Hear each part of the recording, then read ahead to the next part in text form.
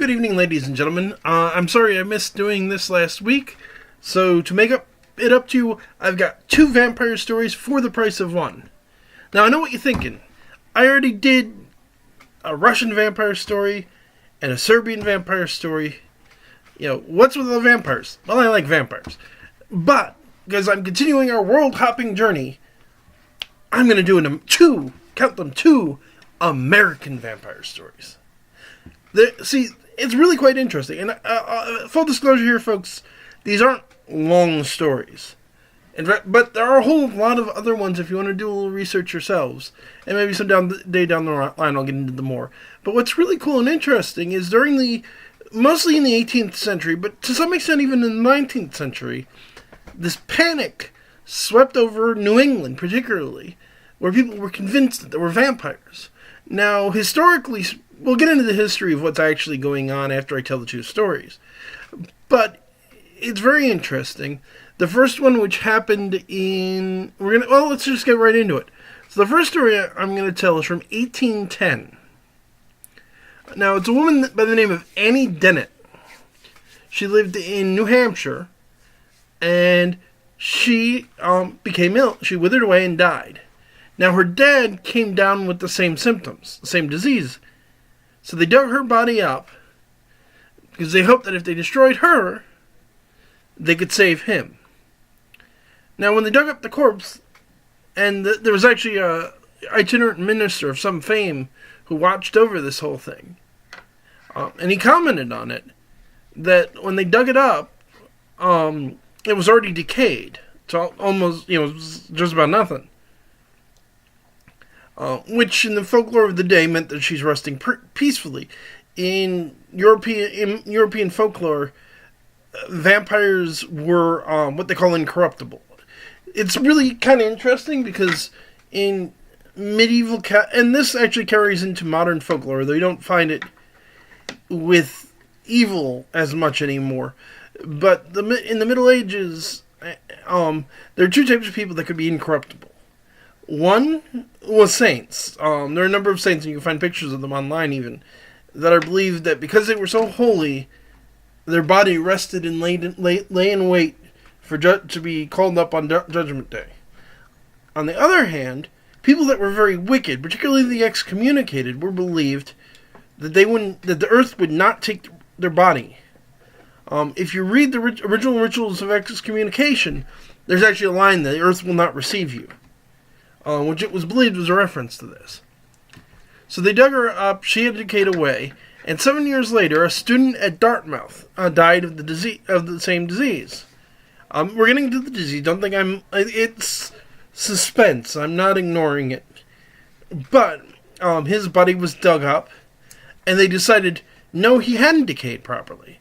So they cut out his heart and burned it in the forge of the local blacksmith. It was believed this would solve the problem.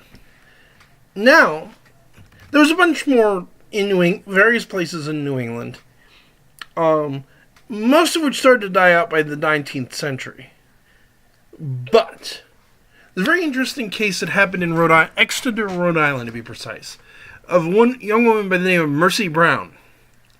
Now, she came down with this disease in 1890. She would die in the year 1892.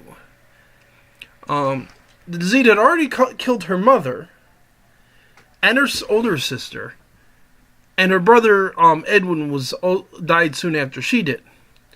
Now, some people in the family in the town thought that she was some type of undead creature. Now, the newspapers of the day, because it was widely reported, assumed that Mercy was a vampire. There's no record that the original townspeople actually believed that she was a vampire. They never used, or more accurately, they probably thought that she was a vampire. What they did is consistent with vampire folklore, but they never called her a vampire. So they dug her up because they thought that's what's going on. And they notice that the body isn't decayed. Further, when they go poking around, the liver still has blood in it. The heart still has blood in it. And now, The father, George Brown, who didn't believe in all this, was also getting sick, but he agreed to have the bodies of his deceased relatives dug up. So like I said, Mercy was found to be free of rot, and they assumed she's why Edwin's getting sick. So to save the rest of the family from this creature that she had become, heart was cut out and burned. The ashes were then mixed with water and given to her brother Edwin, which was believed to be a folk remedy against all of this. Edwin unfortunately would die in 1892.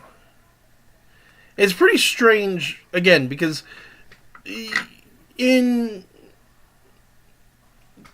Western Europe and America, vampire legends had mostly died out by the especially this late in the 19th century. You get some in some of the more rural areas, in some of the more rural parts of Eastern Europe, but it's very weird that you got them in the United States, in New England, in 1892. Now, I kept referring, and I keep promising that I'm going to talk about the disease that's going on here. The disease at the time was known as consumption. Now, for those of you who don't know, consumption is an old-time name for tuberculosis. Now, and if you look at the symptoms of consumption, people get sick, they waste away, and they die. Doc Holliday, who's of course famous if anyone out there knows Westerns, you know Doc Holliday, of course. Doc Holliday also had tuberculosis. He moved out west because it was thought that the drier air would be better for his lungs. But especially, again, not so much once you get into the 19th century, because people were more aware of the existence of consumption, but in the 18th century, and even earlier, medicine wasn't very far advanced. So you had these people that would start to get sick and die. And then you'd notice it happened in families. Like in Mercy Brown's case, mom gets sick, older sister gets sick, she gets sick, her brother gets sick. Now we know today that that's communicable diseases. That's pretty much the way they work. But especially older times, they weren't quite so clear on the subject. And sometimes you get, when you have somebody die relatively recently, sometimes you have dreams about them and things of that nature. So most historians think this is where vampire legends come from. I'm not saying I agree, but at least in these cases, it seems pretty clearly tied to a case of tuberculosis. So that's it for tonight. I hope you guys enjoyed your 2 vampire legends from the Americas. We've got more coming, don't worry. I'm going to try and I probably won't get any more done this week just because I'm going off in the next day or two to the Catskill Mountains and Blackthorn Resort to do the 100 ghost stories. So you're not going to get any here. If you come out, you're going to get lots of ghost stories and fairy tales and other creepy things. So again, if you can, check it out. And I'll see you all on Sunday. I should be back in time to do the show. If not, I'll put something up and let you know, and I'll just move it back to later in the night. Until then, my friends, have a good night.